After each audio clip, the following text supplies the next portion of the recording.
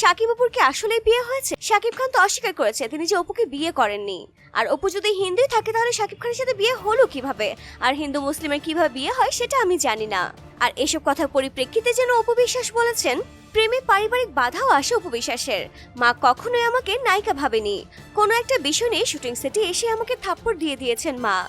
পুরো মেকআপ নেওয়া, রোমান্টিক সিনের জন্য প্রস্তুত। মা বলছে এদিকে আয়। বললাম আসছি।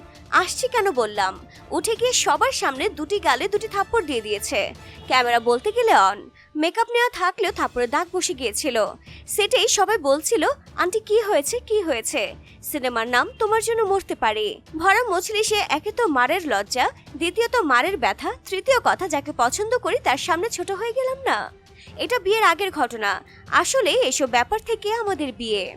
অপু আরো বলেন, মা যখন এমন বাধা দিচ্ছিল তখন সাকিব খান থাকতো মগবাজারের একটি ডুপ্লেক্স বাসায়। ওখানে গিয়েছিলাম। তখন আমার শাশুড়ি ছিলেন। আমি আন্টি ডাকি। তিনি জিজ্ঞেস করলেন আমি কি খেতে পছন্দ করি। আমি তো বরাবর ইলিশ মাছ খেতে খুব পছন্দ করি। আমার মাকে বলেছিলাম আমি শপিং এ যাচ্ছি।